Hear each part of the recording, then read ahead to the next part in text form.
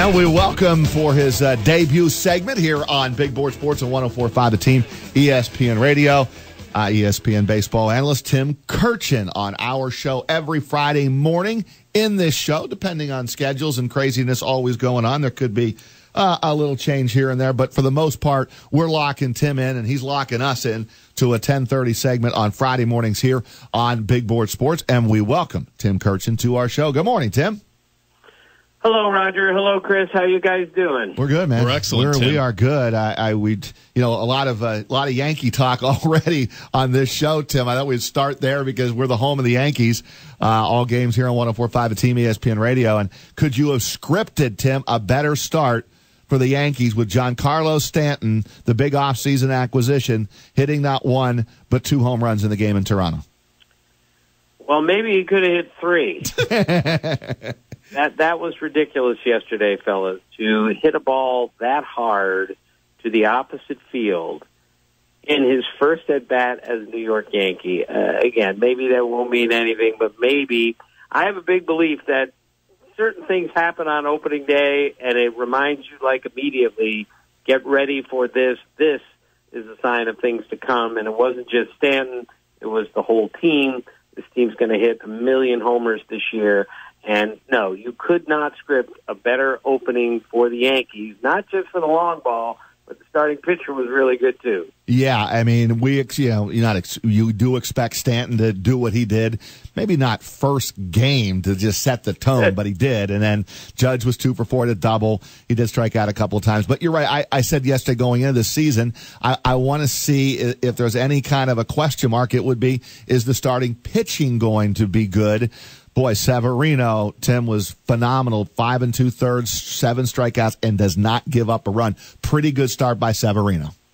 Right, and let's not forget, he was basically the hardest-throwing starting pitcher in the major leagues last year, and he's still learning how to do this. And he also learned again yesterday something that we always know is he doesn't have to go 7. He doesn't have to go 6 sometimes. That bullpen comes in. And I'm telling you, I've never seen a longer, deeper, harder-throwing bullpen than what the Yankees have assembled. We saw it in all its glory last year, and now Aaron Boone has the ability to just say, I'm going to go with Chad Green here. He's going to strike out the side. And then he's got 4 other guys at least that can do that for the rest of the game. So everything lined up for the Yankees yesterday, a perfect opening day win. Tim Kurkjian with us here on Big Board Sports 104.5 The Team, ESPN Radio. Tim, it was a bizarre offseason for us here in the Albany market. We pay attention to the Yankees, the Mets, and the Red Sox mostly, and all 3 had first-time managers in the dugout yesterday. And I want to take you to what Noah Syndergaard did yesterday at Citi Field, 10 strikeouts. And, yeah, I know he gave up the 4 runs, but he looks like he's healthy. He looks like he's back to his potentially dominant self. How big of an advantage is a healthy Syndergaard and a healthy DeGrom for a guy like Mickey Callaway who's just getting his feet wet? Well, those guys are the difference in the entire team, and everybody knows this. But if that starting pitching is healthy, that's a playoff team. That's how good Syndergaard is. That's how good DeGrom is. And that's how good Mickey Callaway is. Let's not forget how great a pitching coach he was with the Indians.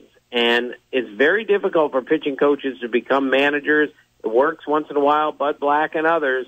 But Mickey Callaway has such a great feel with people. He's such a great communicator. I saw it all the time with the Indians. I saw it again this spring. And he can speak the language of pitching with anybody. So when the manager goes to Syndergaard and DeGrom and says, boys, let's go, that's a good sign. We're tying with Tim Kurkjian and getting through our regional teams of interest. And, yep, Yankees off to a good start, but the Mets also. I mean, this is 1 game out of 162, but, it's nice to get that first one in Mickey Callaway, the new manager. And I thought that was a good showing by Syndergaard, and Cespedes drove in 3 runs yesterday. Your thoughts on the Mets win over the Cardinals yesterday, Timmy? Well, if they swing the bat like they're capable of doing, and that's a big if, of course, this is a pretty good offensive team, especially when Michael Conforto gets back. And Cespedes is the key. I don't have the numbers off the top of my head. But you guys know the numbers. When that guy plays, the Mets are pretty darn good. And when he doesn't play, they're not very good. He is the most important everyday player, certainly, on that team. And when he drives and runs, good things happen. And I believe he said on to somebody yesterday, this is the best team I've ever been on. This Mets team. I'm not sure I agree with that, but that's what he said yesterday. And he was on the team that went to the World Series. So we'll see about that. All right, how about the Red Sox? What do you make of their first game? They had a 4-0 lead on the road, give it all the way back, and the bullpen obviously did not have a good day at the Trop. Right. Well, look, the Red Sox are an elite team. They're going to make the playoffs. They might win the division, so one game doesn't mean much, but that was a bad loss yesterday. The Rays were 0-28 last year when they were down by 4 runs in the 8th inning. And on opening day, they scored 6 against the Red Sox. And maybe Craig Kimbrell isn't supposed to be in the game in the 8th inning anyway, but Alex Core's hands were slightly tied because Kimbrell pitched 2 innings. I saw the last one in spring training because of the illness to his daughter. Thank goodness she's going to be okay. But that put him in a little bit of a bind. And, again, one game is only one game. And I can tell you, fellas, from all the years I've covered, you lose a game late at any point of any season, and it hurts. It hurts more than a regular loss. That game was sewed up, and they lost 6-4.